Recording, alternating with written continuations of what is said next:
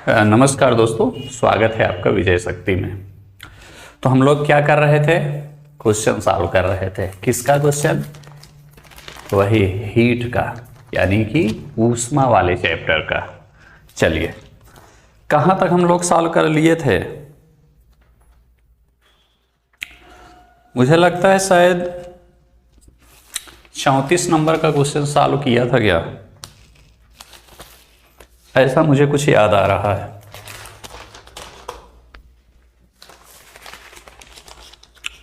चलिए आगे आज 35वां क्वेश्चन सॉल्व करते हैं। ज़्यादा क्वेश्चन हैं और कैमरे में कुछ ऐसी दिक्कत आ गई है कि 50 मिनट से ज़्यादा की वीडियो बन नहीं पा रही है। ठीक है ना? चलिए, क्वेश्चन कह रहा है कि शीशे की छड़ जब भाप में रखी जाती है तो इसकी लंबाई बढ़ जाती है परंतु इसकी चौड़ाई, मतलब पूछ रहा है कि अगर कोई शीशे की छड़ है एक और इसको आप जो है भाप में रख दीजिए, ऐसे ऐसे, ये भाप है और इसमें आप शीशे की छड़ आपने रख दिया, तो कह रहा है कि आप देखेंगे कि इसकी लंबाई जो है बढ़ जाती है। तो पूछ रहा है कि लंबाई तो ठीक है बढ़ जाती, चौड़ाई पर क्या प्रभाव पड़ेगा? देखिए, अगर शीशे की छड़ को अगर आप भाप में रखेंगे तो लंबाई और चौड़ाई दोनों बढ़ जाएगी। ठीक है ना? चलिए, भाप तो समझ रहे हैं ना? तो ऑप्शन नंबर सी, चौड़ाई क्या होती है? बढ़ती है। चलिए, अगला क्वेश्चन क्या कह रहा है कि नीचे दिए हुए धातु के गोलक और धातु वलय के चित्रों पर ध्यान दीजिए। पत्ती से बने हुए धातु वलय के छिद्र में धातु गोलक भर सकता है।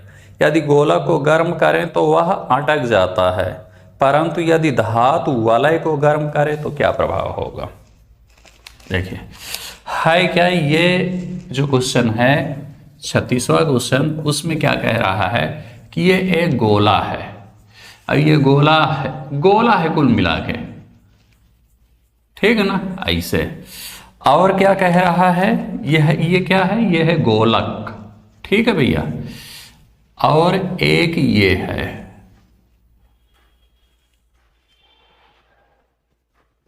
ये कुछ ऐसा है। कह रहा है कि अगर इस गोलक को इसके अंदर डालें तो चला जाता है। ठीक ना? सामान्य स्थिति में इसको इसके अंदर भरें तो ऐसे जा करके क्या हो जाएगा? अंदर पहुंच जाएगा, कोई दिक्कत नहीं। लेकिन अगर गोलक को गर्म कर दें हम, ये जो गोलक है इसको हम क्या कर दिए? गर्म कर दिए, और गर्म करने के बाद जब इसके अंदर डालते हैं तो नहीं जाता। देखिए, अगर इसको गर्म कर देंगे तो इसका आकार बढ़ जाएगा। समझे? गोलक का, क्योंकि गर्म करने से क्या होगा? ऊष्मीय प्रसार होगा और आकार बढ़ जाएगा। याद कीजिए, ये बहुत पहले से आपको बता रहा हूं, जब रस्सी वाला एग्जाम्पल आपको बता रहा था क्या कि गर्मी बढ़ेगी, तो जब आपको झूला वूला जब आपको पढ़ा रहा था पिछले वाले चैप्टर में, तो मैंने आपको बताया था ना कि गर्मी के दिनों में ऊष्मीय प्रसार होता है और ऊष्मीय प्रसार से क्या होता है कि बढ़ता है, तो ये गोलक का आकार बढ़ जाएगा। स्वाभाविक है कि गर्म करने पर जब ये गोलक का आकार बढ़ जाएगा और अब इसको इसके अंदर डालेंगे तो ये नहीं जाएगा। क्वेश्चन में भी यही कह रहा है कि इसका आकार इतना बढ़ गया है कि इसके अंदर ही नहीं जाता। पहले ये चला जाता था लेकिन अब आकार बढ़ने के बाद ये नहीं जाता। ये क्वेश्चन में कह रहा है, अटक जाता है। ठीक है ना? मतलब पूरा नहीं घुस पाता। चलिए, इसके आगे कह रहा है परंतु यदि धातु वलय को गर्म करे तो क्या फर्क पड़ेगा? ये जो है इसके अंदर अटक जाता है, पूरा वैसे पास नहीं होता।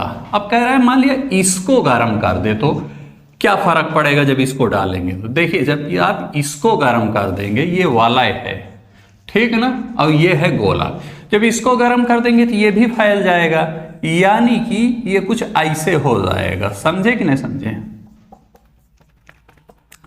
ये जो आपका मान लिया यहां से यहां तक वाली त्रिज्या है ये बढ़ जाएगी, और जब ये बढ़ जाएगा इसके अंदर वाला हिस्सा, तो क्या होगा? ये आसानी से इसके अंदर घुस जाएगा। ठीक, तो चलिए वही कह रहा, जैसे पहले घुस जाता था, नॉर्मल स्थिति में कह रहा है घुस जा रहा है, लेकिन कह रहा है कि जब इसको गर्म कर दे, इसको नहीं, इसको गर्म कर दे तो ये अटक जाता है। फिर क्वेश्चन में कह रहा है कि आप बताइए, इसको तो गर्म कर दिया, अभी अटक गया, नहीं जा रहा है, तो हमने क्या किया, इसको जो है इसको भी गर्म कर दिया, तो अब क्या फर्क पड़ेगा। देखिए जब इसको गर्म कर देंगे तो ये बढ़ जाएगा, भाई ऊष्मीय प्रसार इसमें भी तो होगा, और जब ये बढ़ जाएगा अंदर वाली वो बढ़ जाएगा, यानी ये वाला जो छेद है ये बढ़ जाएगा, तो जब इसको आप डालेंगे तो आराम से चला जाएगा। ठीक, चले तो वही ऑप्शन नंबर है, गोलक निकल सकेगा क्योंकि तापन के प्रसार के कारण वलय का व्यास बढ़ जाएगा। अगर आप इसको गर्म करें तो इसका व्यास बढ़ जाएगा। ठीक, चलिए समझ गए, इन सब नॉर्मल क्वेश्चन है, स्क्रीनशॉट ले लीजिए, रट्टू वाले क्वेश्चन है इसमें, क्या इसमें कॉन्सेप्ट बताएं, और ज्यादा कॉन्सेप्ट बता देंगे तो कंफ्यूज हो जाइएगा आप। वैसे ही मुझे लगता है मैं ज़्यादा बता दे रहा हूँ, इतना ज़रूरत नहीं है। चलिए अगला क्वेश्चन क्या कह रहा है कि दो धातुओं ए और बी की पट्टियाँ एक साथ मजबूती से जुड़ी हुई हैं। चलिए ये है,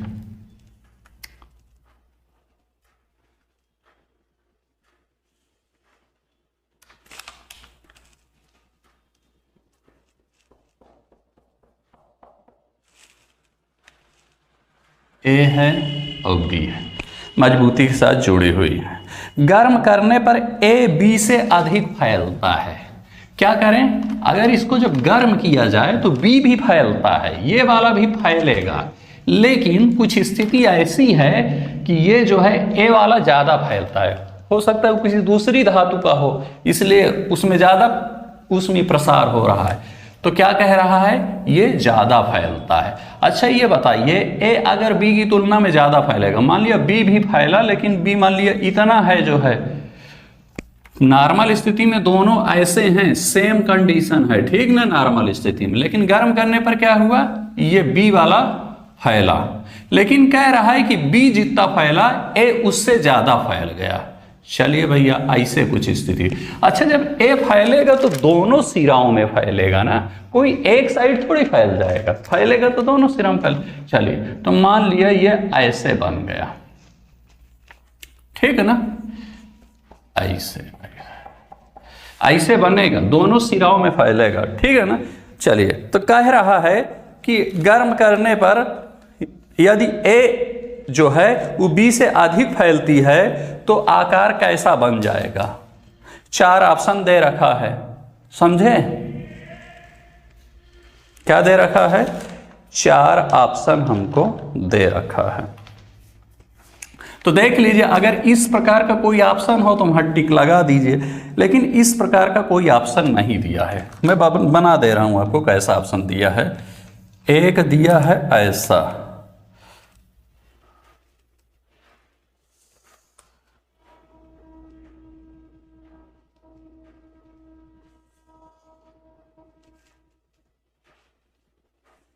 ठीक,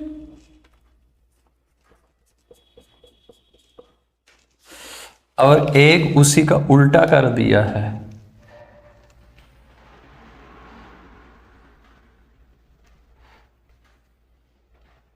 मतलब आप समझ लीजिए, मुझे उतना ज्यादा चित्र नहीं आता जो है। एक ऐसा दे रखा है, ठीक, एक दे रखा है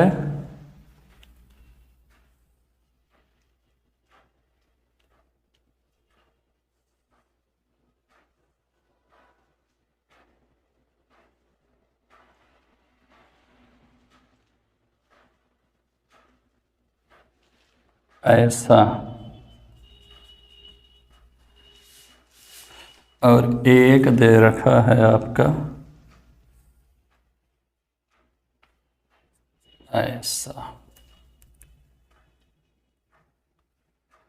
ठीक, ये 4 ऑप्शन दे रखे, ठीक ना। याद रखिएगा, ये जिसमें ऐसे बना हुआ है वो ए है, यानी इसका ऊपरी सिरा ए है, निचला सिरा बी है, ये ए है, ये बी है, ये ए है, ये B है, ये A है, ये B है।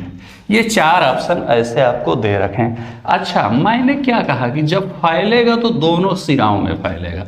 यहां पर आप देखिए, और दोनों सिराओं में जब फैलेगा तो बराबर ही फैलेगा, कुछ जितना इधर उतना इधर। ये दो तो पहले ऑप्शन कट जाएंगे, ठीक है ना।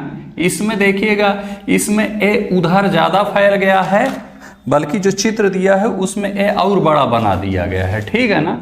और इसमें A इधर ज्यादा फैल गया है, समझे। और होना क्या चाहिए, बराबर। चलिए, तो ये दोनों तो पहले कट गए।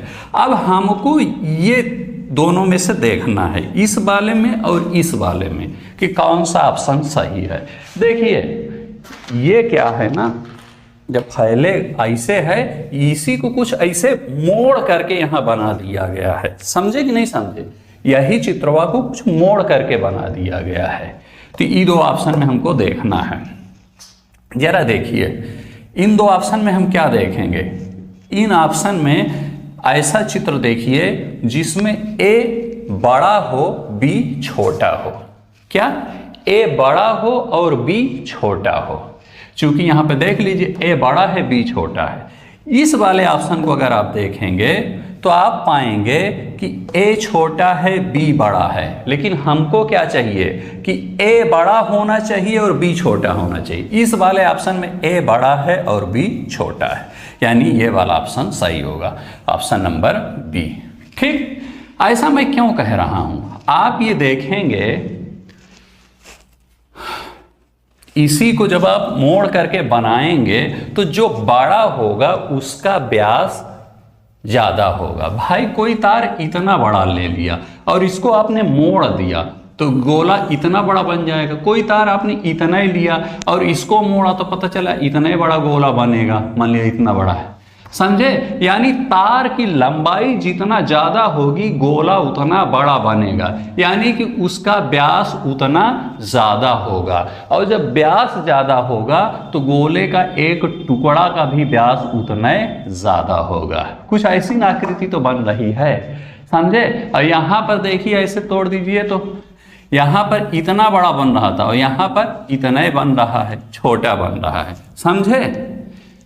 तो यहां पर चूंकि A वाला जो है, यहां पर A की लंबाई ज्यादा है, अतः ऐसा देखिए जिसमें A ज्यादा व्यास का हो।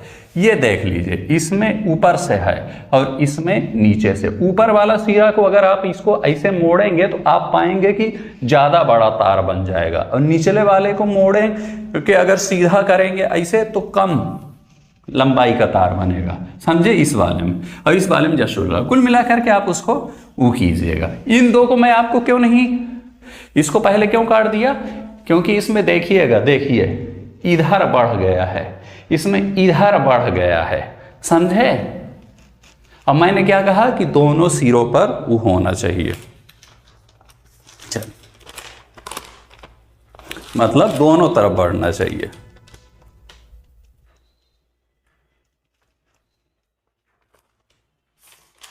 Option number B। ठीक, चल थोड़ा सा अपने से आप एज्यूम कीजिएगा। स्मार्ट बोर्ड होता तो इसको मैं ज्यादा अच्छे से समझा देता आपको, लेकिन अब जो चीज नहीं है उसका रोना कब तक रोएंगे बताइए। नहीं है तो भाई नहीं है,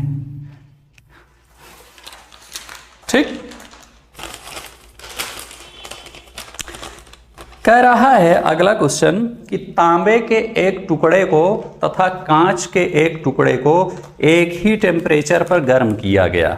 उसके बाद स्पर्श करने पर तांबे का टुकड़ा कांच के टुकड़े की अपेक्षा अधिक गर्म लगता है।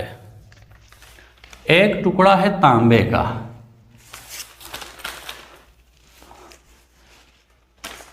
ऐसे बना दो, मान लिया ये है तांबे का टुकड़ा और ये क्या है, कांच का टुकड़ा। सामान्य आकृति का बनाएंगे, ये है तांबे का और ये है कांच का टुकड़ा है कोई, मैं यहां गोला आकृति उसका बना दिया। ये है तांबा और कह रहा है ये क्या है, कांच है। कह रहा है दोनों को हम समान टेम्परेचर पर गर्म किए। मान लिया 50 डिग्री सेंटीग्रेड पर इसको गर्म किया तो 50 डिग्री सेंटीग्रेड पर हमने इसको भी गर्म किया, ठीक है ना। उसके बाद गर्म करने के बाद जब हम इसको टच करते हैं, पहले गर्म कर दिया फिर इसको हमने छुआ, तो ये देखने को मिलता है कि जो तांबे का टुकड़ा है वो ज्यादा गर्म होता है। टेम्परेचर दोनों को हमने सेम दिया, लेकिन जो तांबा वाला है वो अधिक गर्म लगता है, समझे, बिल्कुल अधिक गर्म लगेगा। तांबे वाला ज्यादा गर्म लगेगा, कांच वाला कम गर्म लगेगा, जबकि दोनों को आपने सेम टेम्परेचर से गर्म किया। आप पूछेंगे ऐसा क्यों होता है? देखिए, जो तांबा होता है वो कांच की तुलना में ज्यादा सुचालक होता है। सुचालक का क्या मतलब होता है? ऐसी चीज जो अपने अंदर ऊष्मा का प्रवाह होने दे उसे हम सुचालक कहते हैं। तो जो चीज ज्यादा सुचालक होगी वो ऊष्मा ज्यादा एब्जॉर्ब करेगी। क्या करेगी? ऊष्मा ज्यादा ग्रहण करेगी, और जब ऊष्मा ज्यादा ग्रहण करेगी तो वो ज्यादा गर्म लगेगी। क्योंकि तांबा कांच की तुलना में ज्यादा सुचालक है, इसलिए तांबा ऊष्मा ज्यादा ग्रहण करेगा, और जब ऊष्मा ज्यादा ग्रहण करेगा तो हम कह सकते हैं कि तांबा ज्यादा गर्म लगेगा। भाई जिस चीज में ज्यादा ऊष्मा होगी वो ज्यादा गर्म लगेगा ना। ऊष्मा का मतलब है होता है एक प्रकार की गर्मी, ठीक। चलिए, ठीक ना। तो इसमें ये सही गलत करना था कि तांबा जो है ज्यादा गर्म लगता है। क्यों? उसका कारण ये होता है, लेकिन कारण में दे रखा है कि तांबे का घनत्व कांच के घनत्व से अधिक होता है। ये बात भी सही है कि तांबे का जो घनत्व होता है, अगर घनत्व की दृष्टि से देखेंगे तो तांबा जो है कांच से ज्यादा डेंसिटी वाला होता है। यानी कथन और कारण दोनों सही है, लेकिन ये जो कारण है वो कथन का सही स्पष्टीकरण नहीं है। भाई तांबा ज्यादा गर्म लगता है, उसका कारण ये है क्योंकि तांबा ज्यादा सुचालक है इसलिए ज्यादा गर्म लगता है। लेकिन कारण में क्या लिखा हुआ है कि चूंकि तांबे का घनत्व ज्यादा होता है इसलिए वो ज्यादा गर्म लगता है। जी नहीं, तांबे का घनत्व ज्यादा होता है कांच से, ये बात सही है, ठीक है ना। लेकिन घनत्व का इसकी गर्मी से कोई प्रभाव नहीं, गर्मी से कोई मतलब घनत्व का नहीं है, ठीक है ना। बात सही है कि घनत्व ज्यादा होता है। गर्मी का मतलब किससे है? सुचालक होने से, समझे। क्योंकि तांबा कांच की तुलना में ज्यादा सुचालक है इसलिए ज्यादा गर्म लगता है। तो ए और आर दोनों सही हैं, लेकिन आर ए का सही स्पष्टीकरण नहीं है। आईएएस में क्वेश्चन पूछा गया था। चलिए अगला क्वेश्चन ध्यान से देखिएगा।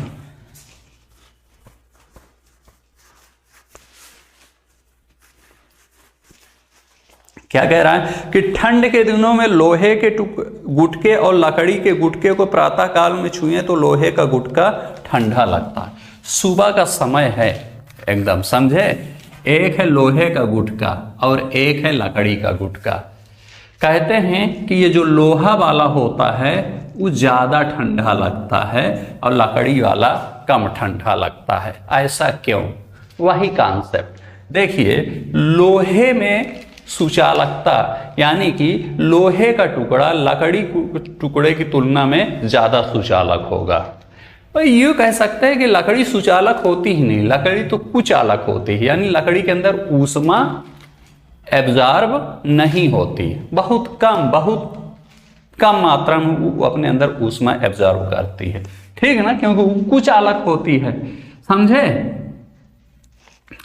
तो होगा क्या, मान लिया कि दिन का समय है, धूप पड़ रही है, तो ये लोहा क्या करेगा, ऊष्मा ज्यादा ग्रहण कर लेगा क्योंकि ये ज्यादा सुचालक है। कुचालक को हम वहां थोड़ी देर के लिए मान लेते हैं कम सुचालक है और ये ज्यादा सुचालक है, लोहा जो है, ठीक ना। तो ये अपने अंदर ज्यादा ऊष्मा एब्जॉर्ब कर लेगा, क्योंकि मैंने आपको बताया था कि जो ज्यादा सुचालक होगा वो ज्यादा ऊष्मा ग्रहण करेगा।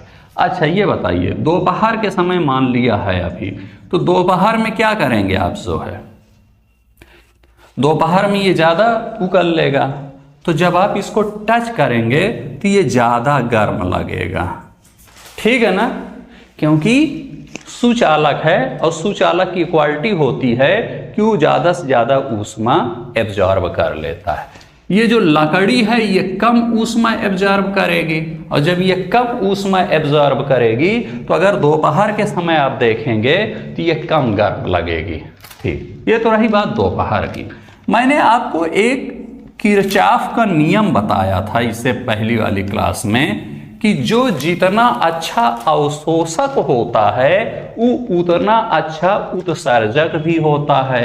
और यहाँ है क्या, लोहा ज्यादा अच्छा अवशोषक है भाई, लोहे ने ज्यादा एब्जॉर्ब किया ना, तो लोहा क्या करेगा, उतना ही ज्यादा उत्सर्जित भी कर देगा, यानी निकाल भी देगा। वही रेगिस्तान वाला उदाहरण याद कीजिए, तो रात में ये क्या कर देगा, लोहा दिन में जितना ग्रहण किया रहेगा रात में उतना ही ज्यादा निकाल देगा, और जब निकाल देगा तो क्या हो जाएगा, ठंडा हो जाएगा।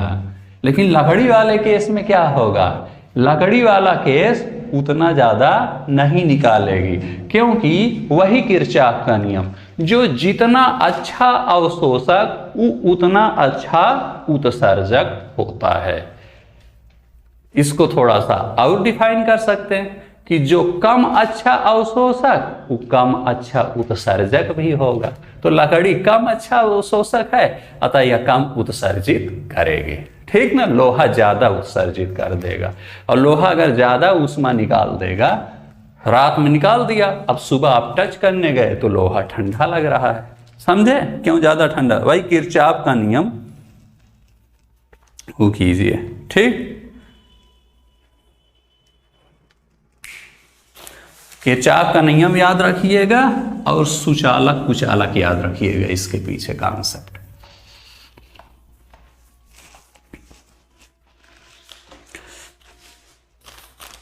ये यदि हवा का टेम्परेचर बढ़ता है तो उसकी जल वाष्प ग्रहण करने की क्षमता पर क्या प्रभाव पड़ता है। हवा है,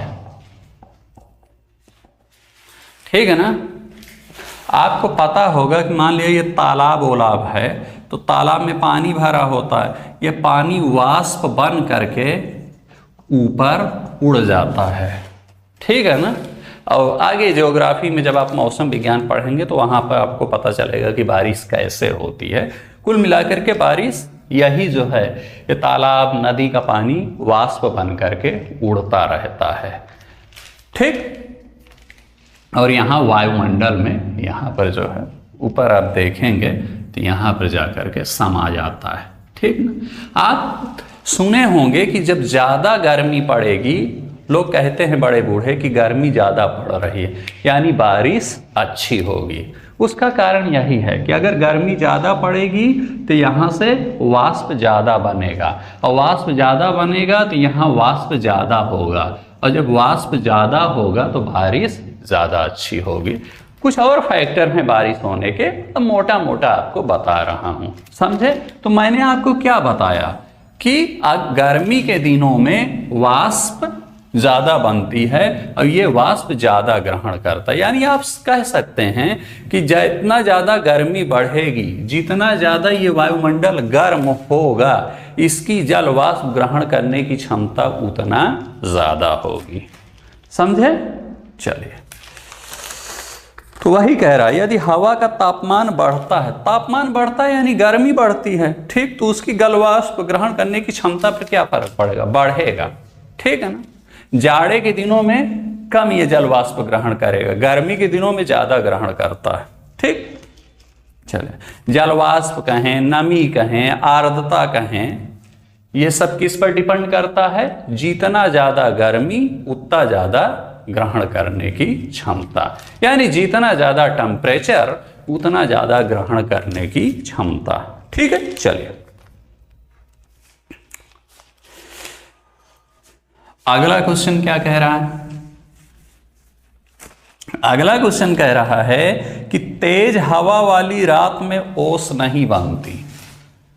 ये है मान लिया जमीन, जमीन पे ये जो छोटे छोटे पानी की बूंदें होती हैं इन्हीं को ओस कहा जाता है। गांव में अगर रहे होंगे तो जब खेत में सुबह आप जाइए, हम लोग तो गांव में रहते थे तो हमको पता है, खेत भी जाते थे, समझे। आप शहर में रहने लगे ना, पैदा तो गांव में ही हुए थे। तो सुबह जाइए तो जो बढ़िया हरी हरी घास होती थी उस पर ऐसी छोटी छोटी ओस की बूंदें एकदम छाई रहती थी और बड़ा अच्छा लगता था, समझे। शायद कोई कवि हो तो उस पर बहुत अच्छी कविता लिख देगा उन ओस की बूंदों को। लेकिन आप लोग जो गांव के लोग नहीं होंगे उन्होंने इस सुख का मजा नहीं लिया होगा। बड़ी इच्छा होती है कि फिर जाएं गांव, फिर रहें, लेकिन परिस्थितियां कुछ ऐसी हैं कि अभी सिलेक्शन भी नहीं हुआ। अगर बन गए होते IAS तो जाते, लेकिन किस्मत अभी बेकार है, अभी सेलेक्ट नहीं हुई है। अच्छा, जाते भी कहाँ, IAS बन भी जाते तो कहाँ जाते, तब कोई जिला अलॉट होता, वहाँ पे नौकरी करने से फुर्सत ना मिलती। कुल मिलाकर के जो बचपन जी लिया गया वो बड़ा खुशनुमा था, बड़ा खूबसूरत था। ठीक, छोड़िए। अच्छा, ये छोटी छोटी ओस की बूंदें जमी रहती थी। क्वेश्चन में ये कहता है, अब ये रात में ही जमना शुरू हो जाती, सुबह हम लोग जब जाते थे तो देखते थे। ठीक, कह रहा है क्वेश्चन में कि जब तेज हवा वाली रात में ओस नहीं बनती, हवा जो है बहुत तेज, जिस रात में हवा बहुत तेज चल रही हो, ये आपको ओस की बूंद नहीं देखने को मिलेगी, समझे। इसका कारण जानते क्या होता है, वहां से जोड़िए पसीना वाले कॉन्सेप्ट से। मैंने आपको बताया था ना कि जब आप के शरीर को पसीना आ गया, पसीना आ गया मतलब क्या हो गया, यही जैसे जमीन पर ये ऐसे बूंदे हैं वैसे आपके शरीर पर ऐसे ऐसे बूंदे होती। और जब यहाँ पंखा चल जाता है तो ये पंखा क्या कर देता है, इन पसीने की बूंदों को वाष्पीकृत कर देता है। ये पसीने की बूंदें वाष्प बन करके उड़ जाती हैं। वही हाल यहाँ होता है, जब हवा बहुत तेज चल रही होती है तो ये ओस की बूंदें क्या होती हैं, उड़ जाती हैं और फलस्वरूप यहाँ पर ओस नहीं दिखती। ठीक, चलिए, समझे कि नहीं समझे। हवा बहुत चली तो ये उड़ जाएंगी, यानी वाष्पित हो जाएंगी, यानी वाष्पीकरण हो जाएगा इनका। जब तेज हवा चलेगी तो वाष्पीकरण ज्यादा होगा, जब कम हवा चलेगी तो वाष्पीकरण कम होगा। ठीक, चलिए, तेज हवा वाली रात में ओस नहीं बनती क्योंकि ऑप्शन नंबर ए, वाष्पीकरण की दर तेज होती है। जितना ज्यादा हवा चलेगी उतना ज्यादा उड़ाएगी। ठीक ना, हम अभी खड़े भाई, बहुत ज्यादा तेज हवा आ जाए तो हो सकता है हमको आपको भी उड़ा दे। चलिए छोड़िए, अगला क्वेश्चन क्या कह रहा है।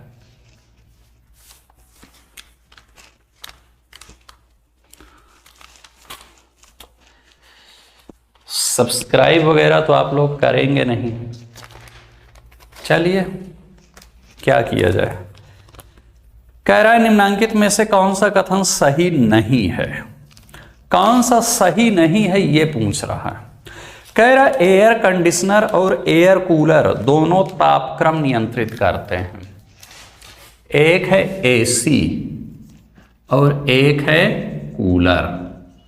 कह रहा है दोनों ताप को कंट्रोल करते हैं। कंट्रोल करते हैं कि नहीं करते, बिल्कुल कंट्रोल करते हैं भाई। आपको जब बहुत, मान लिया आपके कमरे का टेम्परेचर बहुत ज़्यादा है तो आप क्या करते हैं, AC चला दो।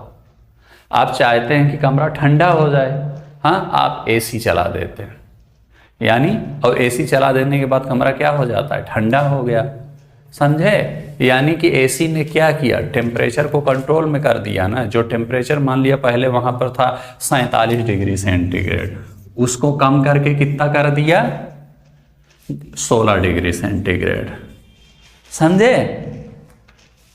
यानी AC क्या करता है, टेम्परेचर को कंट्रोल करता है।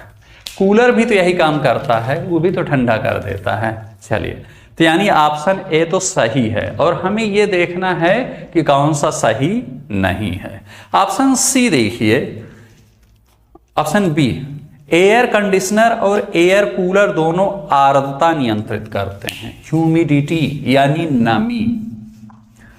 आप कूलर में कभी रहिए, नमी का मतलब क्या होता है, वही छोटी छोटी बूंदें, मतलब कुछ मौसम जो है पनिहा हो जाए, ह्यूमिडिटी का ये मतलब होता है, समझे, यानी उसमें कुछ पानी टाइप रहे।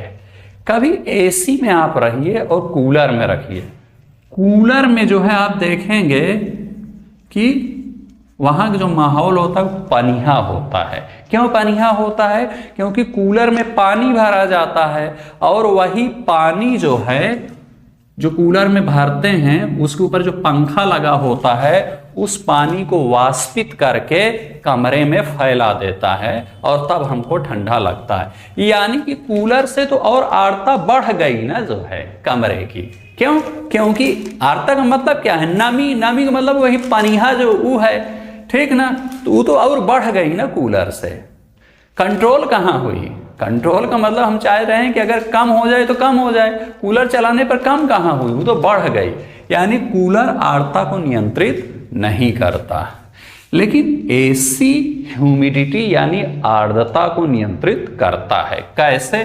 एसी करता क्या है, आपके कमरे में जो जलवाष्प की बूंदें हैं जो है, मान लिया पहले से मौजूद हैं, उनको ये खींच लेता है और खींच करके बाहर फेंक देता है पानी में बदल करके।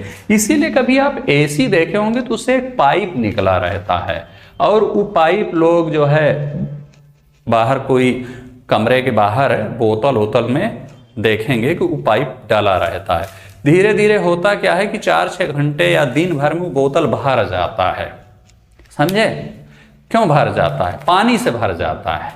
वो पानी कहाँ से आता है? वो पानी आपके कमरे से ही आता है। कमरे में जो जलवाष्प की बूंदें ऑलरेडी है, वो एसी करता क्या है, उनको खींच करके पाइप के माध्यम से पानी में चेंज करके बाहर फेंक देता है, ठीक। और जब बाहर पानी चला जाएगा यानी आपके कमरे की आर्द्रता कम हो गई, यानी आप यही तो चाह रहे कि आर्द्रता कम हो जाए, तो एसी ने आर्द्रता कम कर दिया। यानी एसी आर्द्रता को कंट्रोल करता है, लेकिन कूलर कंट्रोल नहीं करता। कंट्रोल करने का मतलब क्या होता है? मान लिया आप भागे जा रहे हो, मैं आपको रोक लूं, समझे, तो मैं कहता हूं मैंने आपको कंट्रोल कर लिया, समझे। तो क्या एयर कूलर का मतलब वही कूलर, समझे। कूलर ह्यूमिडिटी को नियंत्रित नहीं करता, लेकिन एसी ह्यूमिडिटी को नियंत्रित करता है। लेकिन ऑप्शन नंबर बी में दिया है कि एसी और कूलर दोनों ह्यूमिडिटी को नियंत्रित करते हैं, यानी कि ये गलत है। चलिए ऑप्शन नंबर सी में क्या है, एयर कंडीशनर ह्यूमिडिटी को नियंत्रित करता है परंतु एयर कूलर ह्यूमिडिटी को नियंत्रित नहीं करता। ह्यूमिडिटी वही आर्द्रता की बात कर रहा है। ये ऑप्शन नंबर सी भी सही है। चलिए छोड़िए, हमको तो ये पता करना था कौन नहीं सही है ना, तो ऑप्शन नंबर बी नहीं सही है। चलिए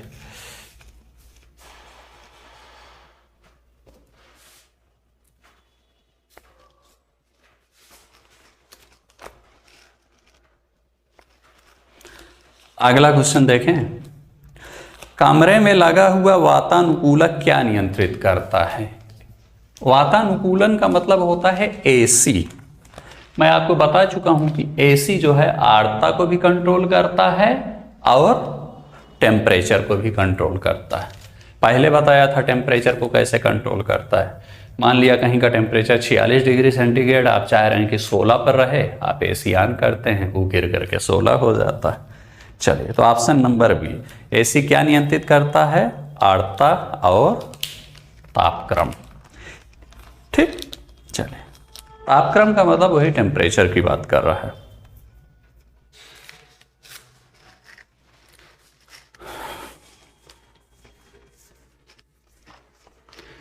कोई दिक्कत? कोई दिक्कत होगी तो व्हाट्सएप तो है ही है, पूछ लीजिएगा, ठीक है। चले, कह रहा है कि डेजर्ट कूलर द्वारा शीतलन किस पर आधारित है? वही कूलर की बात कहा जा रहा है। कूलर द्वारा शीतलन किस पर आधारित, मतलब कूलर द्वारा जो कमरा ठंडा हो जाता है, शीतल हो जाता है, इसके पीछे क्या कॉन्सेप्ट है? मैं आपको अभी बता चुका हूं कि कूलर में पानी भरा होता है और ऊपर उसमें पंखा लगा होता है। कूलर में ऊपर नहीं, कूलर के अंदर लगा होता है। ये पंखा करता क्या है, इन पानी के अणुओं को वाष्पित करके कमरे में फैला देता है और पूरे कमरे में जब ठंडे ठंडे अणु पहुंच जाते हैं तो कमरा ठंडा लगता है। ठीक, तो देख लीजिए कहीं जहां वाष्प की बात कही जा रही हो लिख दीजिए। तो ऑप्शन नंबर सी, वाष्पन शीतलन, वही वाष्पित ही तो कर देता है। इसीलिए तो आपके कमरे में जो कभी आप देखिएगा कूलर चलाने के बाद जो है, अरे भाई उसमें आप 10-10 बाल्टी पानी भरते हैं कूलर में और आप देखते हैं कि 6-7 घंटे में पूरा पानी सफा, पानी गया कहाँ, वो पानी वाष्पित होकर के आपके कमरे में जो है फैल गया है। और आप कूलर चलाने के बाद जो है फिर आप एसी चलाइए, तब देखिए मज़ा। जो एसी करेगा क्या, सारी ह्यूमिडिटी जो कूलर ने फैला दी है उसको खींच करके बाहर फेंकेगा पानी के माध्यम से। तो देखिएगा जहां पहले 1 बोतल भर जाता था बाहर, अब हो सकता है कि 10 बोतल भर जाए तुरंत है, क्योंकि कूलर ने ह्यूमिडिटी बढ़ा दी ना कमरे के अंदर। चलिए, तो वाष्पन शीतलन। ठीक,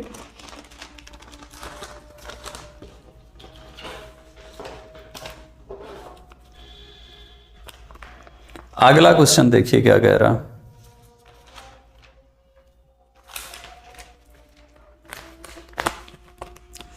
कमरे को ठंडा किया जा सकता है पानी के बहने से। पानी बहा करके कमरे को ठंडा कर सकते हैं क्या? नहीं। कितना देर ठंडा रहेगा यार हल्का सा फर्क पड़ जाएगा। पानी ऐसे बहा देंगे तो फर्श पर सगल फैल जाएगा और कमरा कहाँ ठंडा कर सकते। गर्मी में आप देखिए छत पर लोग जो है गर्मी में शाम के समय डाल देते हैं कि थोड़ा जब उस पर बिस्तर उस्तर डाले तो ठंडा लगे, बाकी उससे बहुत राहत नहीं मिलेगी। ठीक, चलिए, रसोई गैस से क्या कमरे को ठंडा कर सकते हैं क्या? नहीं भाई। ठोस को पिघलाने से, मान लीजिए ठोस है, इसको मैं गर्म करके पिघला दूं तो क्या कमरा ठंडा हो जाएगा? नहीं। कमरा ठंडा कैसे होगा? एसी चला दीजिए, उसमें कमरा ठंडा हो जाएगा। ठीक ना। और एसी में होता क्या है? एसी में होता है गैस, समझे? यानी कि ऑप्शन नंबर बी, संपीड़ित गैस को छोड़ने से कमरे को ठंडा किया जा सकता है। एसी में वही संपीड़ित गैस होती है। ठीक ना, कंप्रेस्ड गैस होती है। कंप्रेसर लगा होता है ना, कंप्रेशन का मतलब क्या होता है? संपीड़न, तो वही। ठीक, कुल मिलाकर के ये अगर आपको एसी पता है तो आप ये क्वेश्चन सॉल्व कर लेंगे। बीपीएससी में पूछा गया है। ठीक है ना, कि एसी में भाई वही गैस होती है। और कुल मिलाकर के इसका कहने का ये मतलब है कि एसी कमरे को ठंडा कैसे कर सकते हैं? एसी से। और एसी में संपीड़ित गैस हो, तो यहाँ ऑप्शन में एसी ना लिख करके संपीड़ित गैस लिख दिया। ठीक, चलिए, निम्नांकित अवस्थाओं में किस में गीले कपड़े जल्दी सूख जाएंगे? हाँ,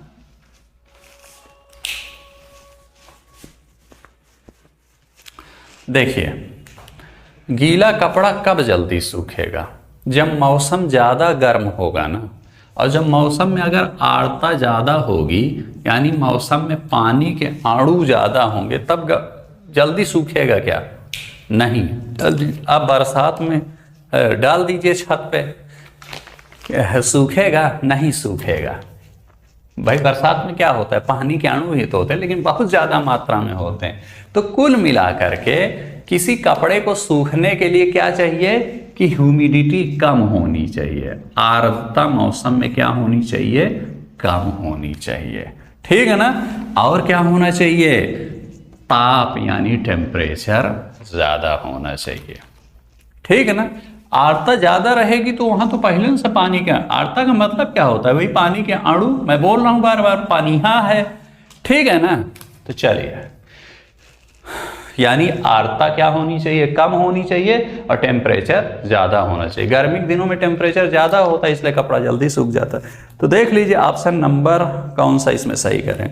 100% आर्द्रता, 60 डिग्री सेंटीग्रेड टेम्परेचर 100% आता है, 20 डिग्री सेंटीग्रेड टेम्परेचर, 20 आता है, 20 टेम्परेचर, ऑप्शन नंबर डी।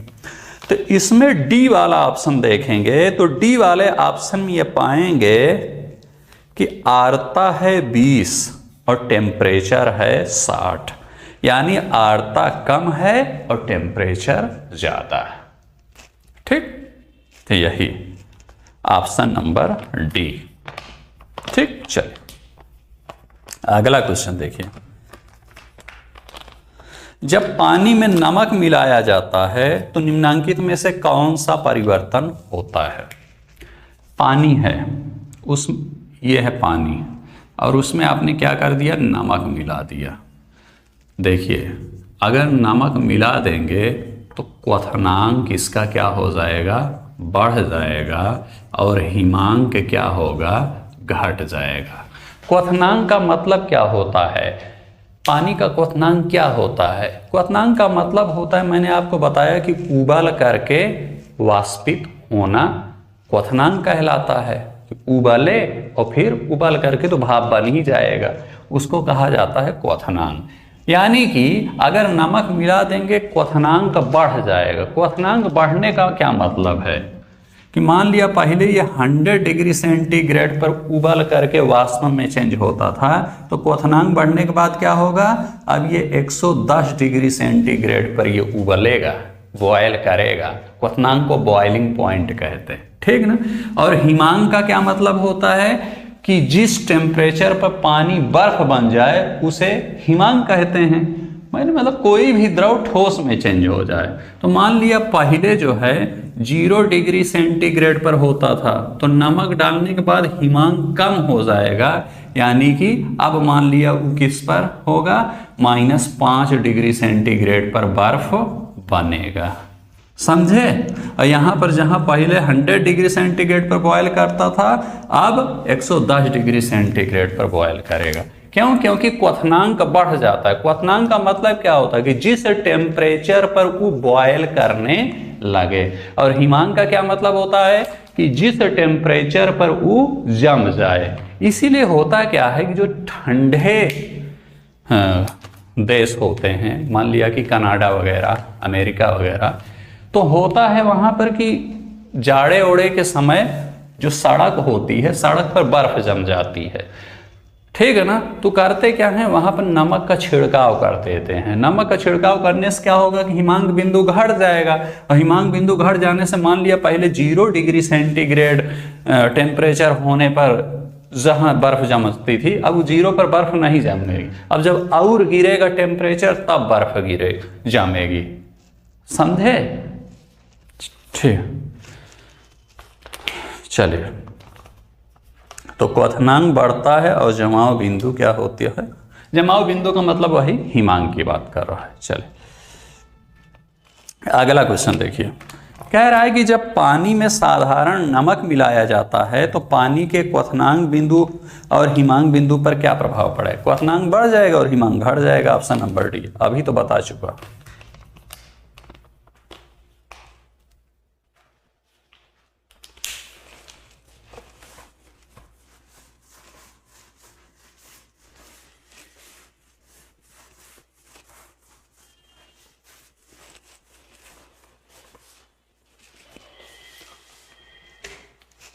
अगला क्वेश्चन देखिए। कह रहा है कि ऊंचाई वाले स्थानों में भोजन पकाने के लिए उसमें नमक मिलाया जाता है। हमारे आपके यहां भी मिलाया जाता है, समझे। सीधा से इसका कॉन्सेप्ट क्या है कि जो ऊंचाई वाले स्थान होते हैं वहां पर वायुमंडलीय दाब कम होता है, ठीक ना। आगे बताऊंगा आपको। वायुमंडलीय दाब का मतलब क्या होता है, वायु का दाब। ये जो ऊपर वायु है ये हमारे ऊपर दाब लगा रही है ना, सब चीज पर दाब लगा रही है, तो इसी के दाब को वायुमंडलीय दाब कहा जाता है। मैंने आपको बताया था कि जैसे जैसे आप ऊंचाई पर जाएंगे वायु का घनत्व तो कम होता जाता है। यानी जहां पहले इतने में 10 ठो वायु के अणु मिल रहे थे, मान लिया 10 मिल रहे थे, वहीं पर अगर आप ऊपर में इतना एरिया देखेंगे तो हो सकता है कि 5 अणु मिले। समझे? तो ऊंचाई वाले स्थानों पर क्या होता है कि वायुमंडलीय दाब कम हो जाता है। ठीक है ना? चलिए, और होता क्या है कि अगर एक कॉन्सेप्ट है कि अगर वायुमंडलीय दाब कम होगा तो क्वथनांक भी कम हो जाता है। समझे?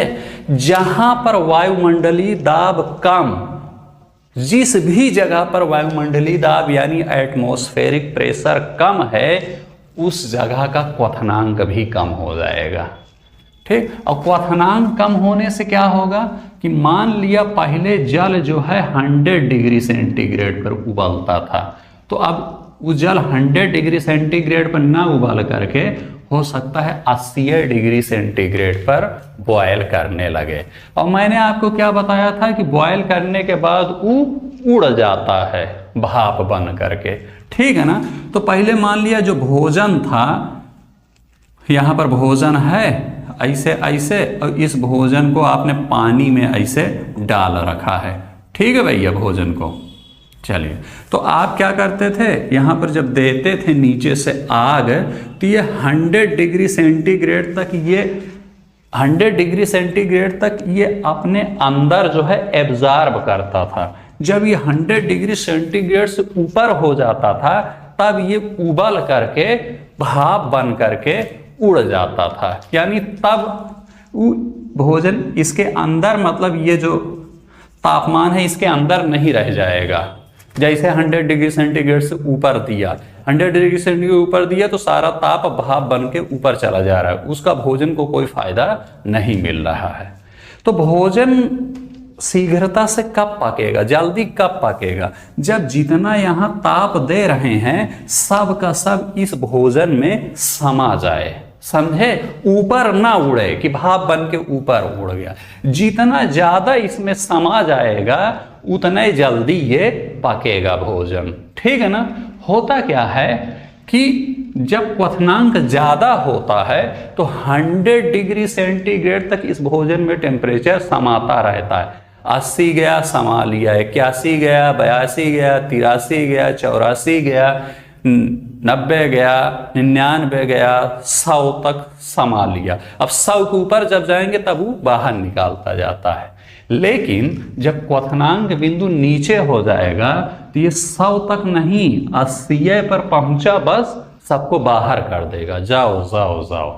पहले 100 तक समा रहा था और क्वथनांक बिंदु घट गया, यानी अब 80 के बाद जो है निकालना चालू कर दिया, यानी 80 तक भोजन अपने अंदर समेट रहा है, समा रहा है। ये बताइए जल्दी किस में पकेगा?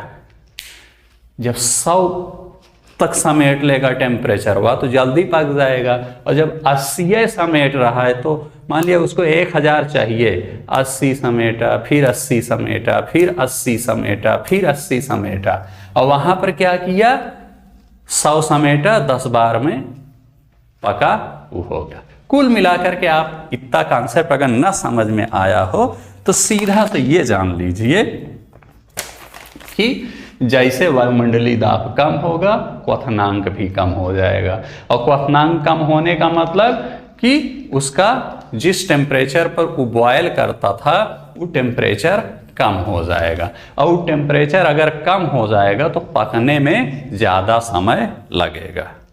ठीक है ना? समझे? कौन क्वेश्चन में लगवा रहा था मैं वही भूल गया। ठीक,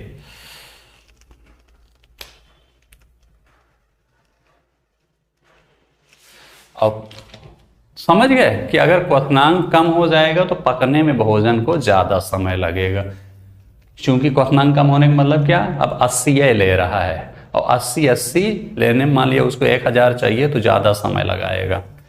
चलिए, ये क्वेश्चन जो मैं आपको बता रहा हूं, ये क्वेश्चन में क्या कह रहा है कि ऊंचाई वाले स्थानों में भोजन पकाने के लिए उसमें नमक मिला दिया जाता है। नमक मिलाने से क्या होता है?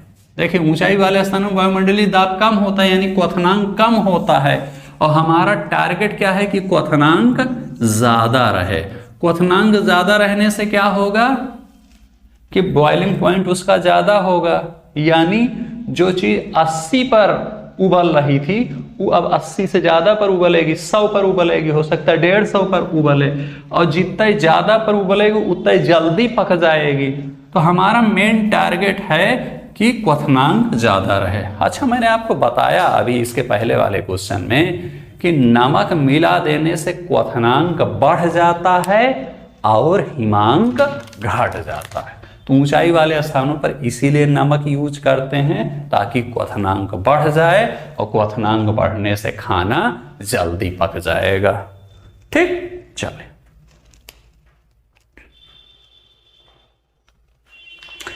कारण इसका दिया है ऊंचाई वाले स्थानों में तापमान कम होता है।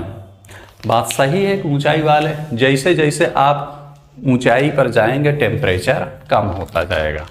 आप देखे होंगे कि गर्मी के दिनों में लोग शिमला जाते हैं, मसूरी जाते हैं, क्यों? क्योंकि वो ऊंचाई पर है, पहाड़ पर है, पहाड़ ऊंचा होता है। गर्मी के दिनों में वहाँ ठंडा इसीलिए लगता है ना, क्योंकि वो ऊंचाई पर है। तो ये बात तो सही, थोड़ा व्यवहारिक भी जोड़ा कीजिए। ठीक, तो ऊंचाई वाले स्थानों में ताप कम होता है, ऊंचाई वाले स्थानों में भोजन पकाने के लिए उसमें नमक मिलाया जाता है, दोनों सही है। लेकिन ये जो कारण है ये कथन का सही स्पष्टीकरण नहीं है।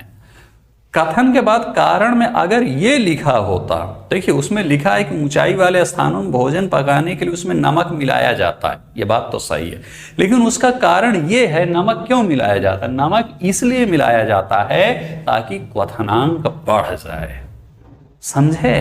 तो अगर कारण में ये लिखा होता कि क्वथनांक बढ़ जाता है नमक मिलाने से, तब हम कहते स्पष्टीकरण सही है। लेकिन यहां लिखा है कि ऊंचाई वाले स्थानों में ताप कम होता है, यह सही स्पष्टीकरण नहीं। चलिए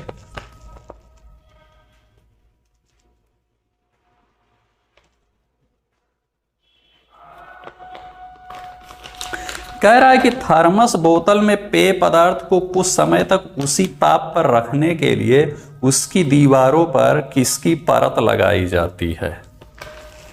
थर्मस आपने देखा है ना, वो थर्मस तो सभी लोग यूज किए होंगे। तो ये जो दीवारें होती हैं इसकी, इस पर सिल्वर पेंटिंग की जाती है, समझे? और सिल्वर पेंटिंग करके इन दीवारों को क्या कर दिया जाता है? ऊष्मा का कुचालक बना दिया जाता है, ताकि अंदर की ऊष्मा बाहर और बाहर की ऊष्मा अंदर आ जा ना सके। क्योंकि अगर आ जाएगा तो दिक्कत हो जाएगी। भाई मान लिया यहाँ पर क्या है, आपने गर्म चाय रखी, तो इस गर्म चाय में से ऊष्मा निकल रही होगी, और वो ऊष्मा अगर बाहर चली गई तो कुछ समय बाद क्या होगा, मतलब जैसे वो बाहर चली जाएगी ये चाय ठंडी हो जाएगी, और हमारा टारगेट क्या है कि चाय गर्म रहे। तो उसके लिए हमको क्या करनी चाहिए कि थर्मस के अंदर का जो आपका जो है ऊष्मा है वो बाहर ना जा पाए। और बाहर कब नहीं जाएगी? जब इस पर एक सिल्वर पेंटिंग कर दी जाएगी। ठीक, दूसरा आप ये भी सोच सकते हैं कि थर्मस में आप लेते हैं कि पानी ठंडा रहे। चलिए, अगर बाहर से ऊष्मा इसके अंदर आ जाएगी बाहर से, तो क्या पानी ठंडा रह पाएगा क्या? ये तो पानी गर्म हो जाएगा ना, समझे कि नहीं समझे? क्या हो जाएगा? पानी गर्म हो जाएगा। तो इसलिए इस पर एक सिल्वर पेंटिंग कर दी जाती है। चलिए, सिल्वर पेंटिंग को वही रजत परत कहते हैं।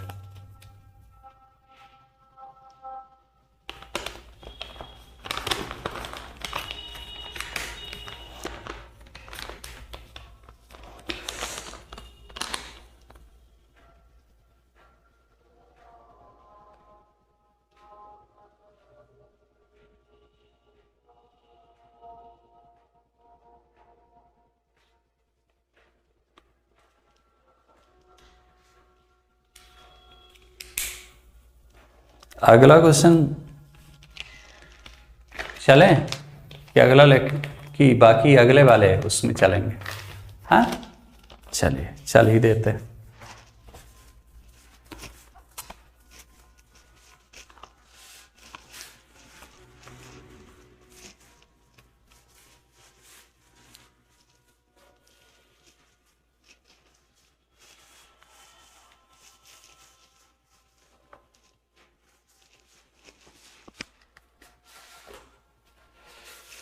चलिए बाकी अगले लेक्चर में पढ़ेंगे, ठीक।